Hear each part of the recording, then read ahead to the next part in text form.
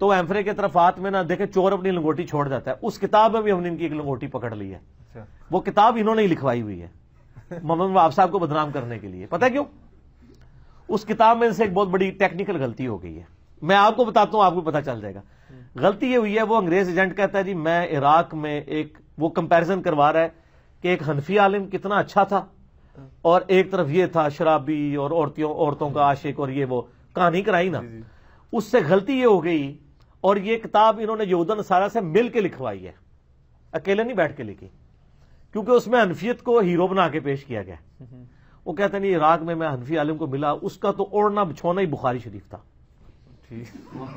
Sir दुनिया कोई आलिम दीन हनफी इन 1200 साल नहीं गुजरा जिदा ओढ़ना बिछोना बुखारी शरीफ हो गया। अदाया शरीफ, फलाना शरीफ, टमकाना शरीफ, बुखारी शरीफ नाल के लेना देना। सर ये हनफी आलिम कौन सा दुनिया में ऐसे है जिसका ओढ़ना बिछोना बुखारी शरीफ है? और ये तो बुखारी तर्जमे से नहीं पढ़ने देते, किसी किताब बुखारी का कभी दर्स नहीं इन्होंने दिया, कहते हैं बंदा गुमराह हो जाता है। इन्होंने तो अपनी फिका की किताबें रखी होती हैं दर्स देने के लिए।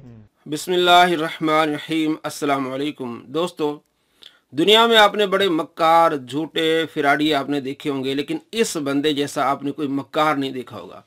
इतना बड़ा फिराडिया कि यहूद और नसारा के साथ मिलकर इन्होंने ये किताब लिखवाई है। कितना बड़ा झूठ, कब लिखवाई है, किसने लिखवाई है, क्या दलील है आपके पास?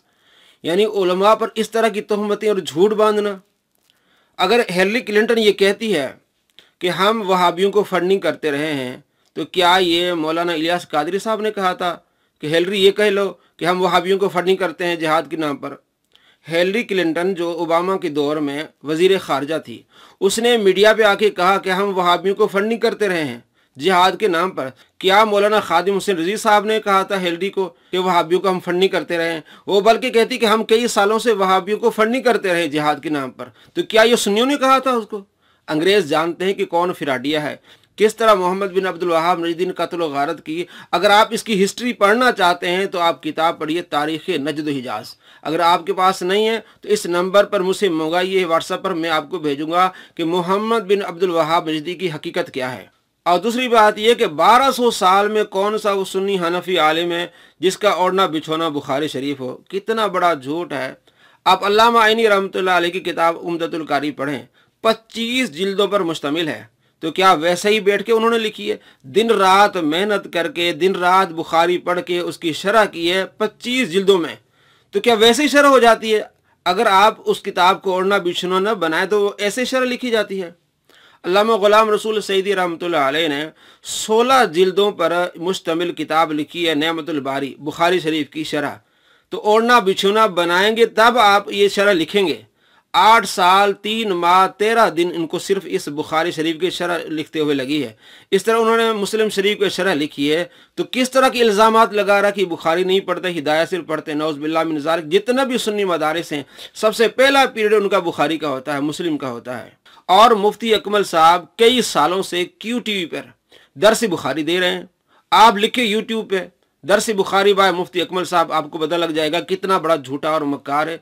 और किसी आलिम ने दर्स नहीं दिया, हिदायत का दर्स देते हैं। दोस्तों, आले सुन्नत के मदारस जितने, सबसे पहला पीरियड किसका होता है? बुखारी का होता है, मुस्लिम शरीफ का होता है। इतना बड़ा झूठ।